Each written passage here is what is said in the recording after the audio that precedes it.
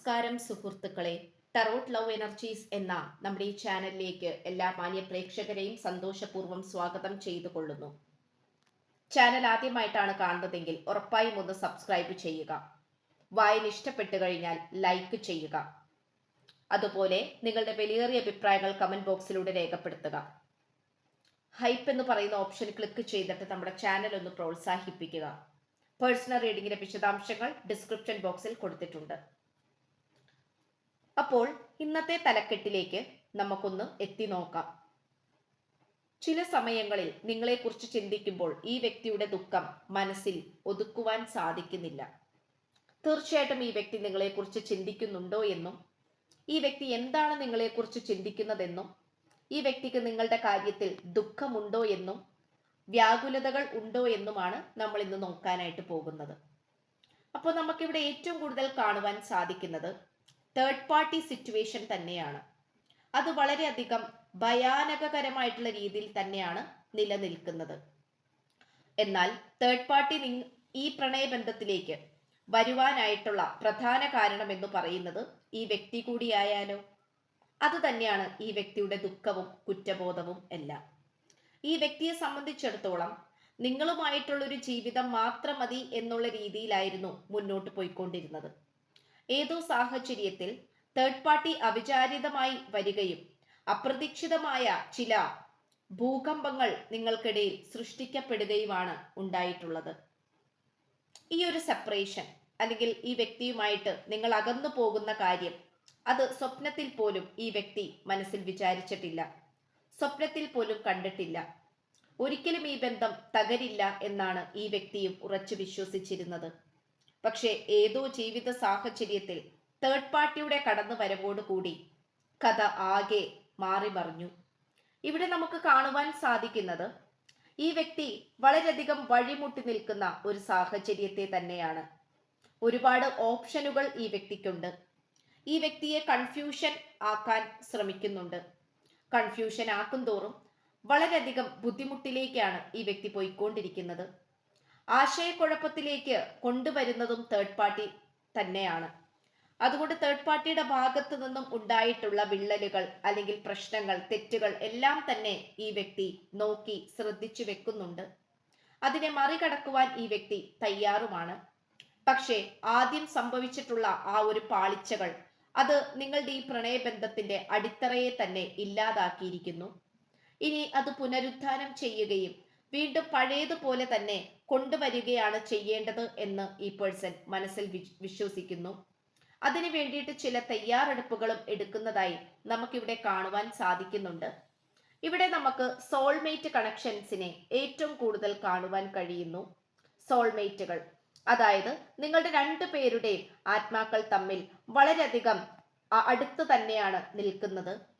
എത്ര ദൂര സ്ഥലത്തേക്ക് പോയാലും തേർഡ് പാർട്ടി അവസ്ഥകളിലേക്ക് വന്നു പോയാലും നിങ്ങൾക്കിടയിലുള്ള ആ ഒരു മാനസികപരമായിട്ടുള്ള അടുപ്പം അതൊരിക്കലും നമുക്ക് വേണ്ട എന്ന് വെക്കാൻ സാധിക്കുകയില്ല. അതുമാത്രമല്ല, ഇവിടെ ഒരു അഗ്നി പോലെ മനസ്സിൽ ജ്വലിച്ചുകൊണ്ടിരിക്കുകയാണ് ഈ വ്യക്തിക്ക് നിങ്ങളോടുള്ള സ്നേഹം. ഈ വ്യക്തിയെ സംബന്ധിച്ചിടത്തോളം നിങ്ങളാണ് ഏറ്റവും കൂടുതൽ ശക്തരായിട്ടുള്ള ഒരു വ്യക്തി.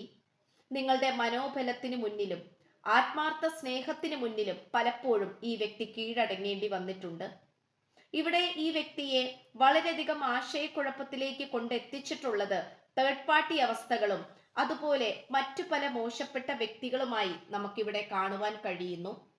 ഈ വ്യക്തിയുടെ സ്വന്തം അച്ഛനും അമ്മയും ആണെങ്കിൽ പോലും തേർഡ് പാർട്ടിയോട് സമമായിട്ടാണ് നിൽക്കുന്നത്. തേർഡ് പാർട്ടിയായിട്ട് വളരെ സപ്പോർട്ടോട് കൂടി നിൽക്കുന്നുണ്ടാകാം. എല്ലാവരും കൂടെ ഈ വ്യക്തിയെ ഒറ്റപ്പെടുത്തുന്നുണ്ടാകാം.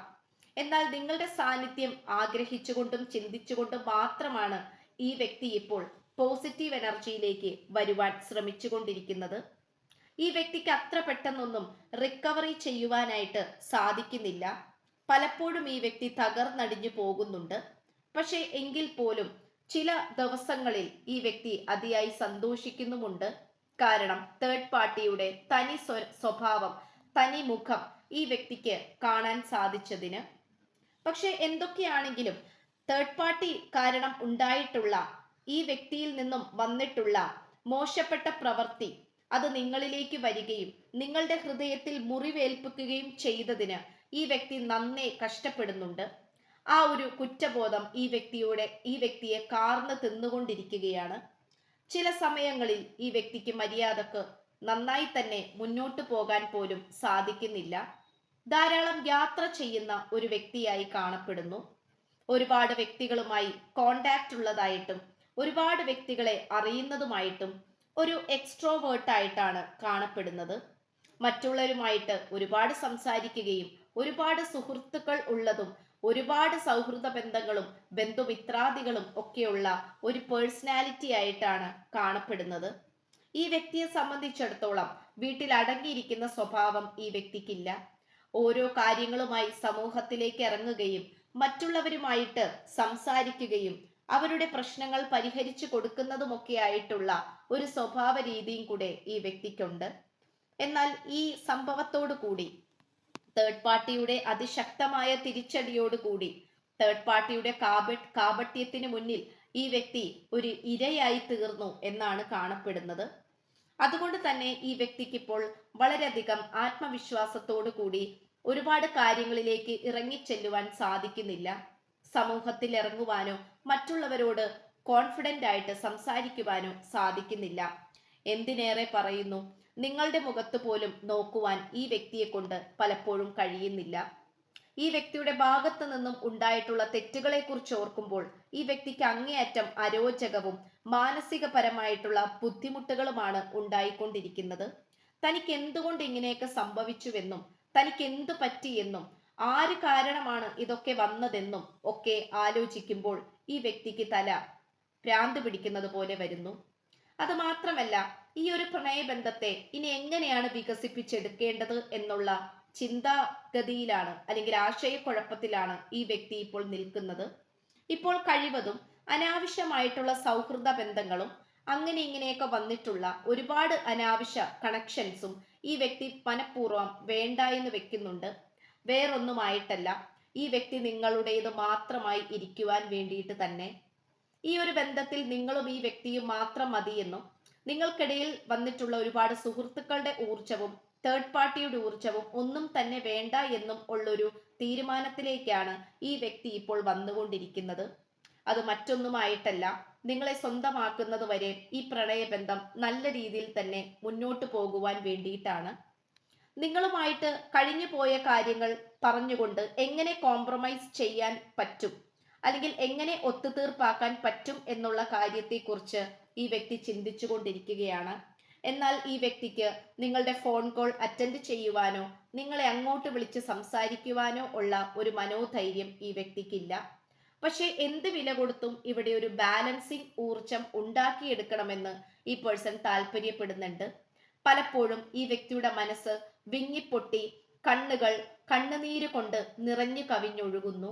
ഇത് പലപ്പോഴും ഈ വ്യക്തി അടക്കി പിടിക്കുവാൻ ശ്രമിക്കുന്നുണ്ടെങ്കിൽ പോലും അതിന് സാധിക്കുന്നില്ല എന്നുള്ളത് മറ്റൊരു സത്യമാണ്. അത് മാത്രമല്ല, ഇവിടെ വഴി തെളിയിക്കാനായി കുറച്ച് വ്യക്തികൾ ഈ വ്യക്തിയോടൊപ്പം കൂടിയിട്ടുണ്ട്. പക്ഷേ ഈ വ്യക്തിയെ സംബന്ധിച്ചിടത്തോളം ആരെയും കണ്ണടച്ച് വിശ്വസിക്കാൻ സാധിക്കുന്നില്ല. പലതരത്തിലുള്ള വിശ്വാസങ്ങളും നഷ്ടപ്പെട്ടു പോയതായി നമുക്കിവിടെ കാണുവാൻ കഴിയുന്നു.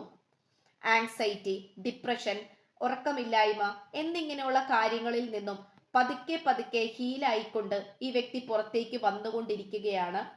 അത് മാത്രമല്ല, തന്റെ ഊർജത്തിൽ ഒരുപാട് മാറ്റങ്ങൾ കൊണ്ടുവരാൻ വേണ്ടിയിട്ട് താൻ താമസിക്കുന്ന സ്ഥലത്തോ അല്ലെങ്കിൽ ഇപ്പോഴായിരിക്കുന്ന നിലവിലുള്ള സാഹചര്യത്തിൽ നിന്നും ഒന്ന് മാറി നിൽക്കുവാൻ ഈ വ്യക്തി താല്പര്യപ്പെടുന്നുണ്ട്.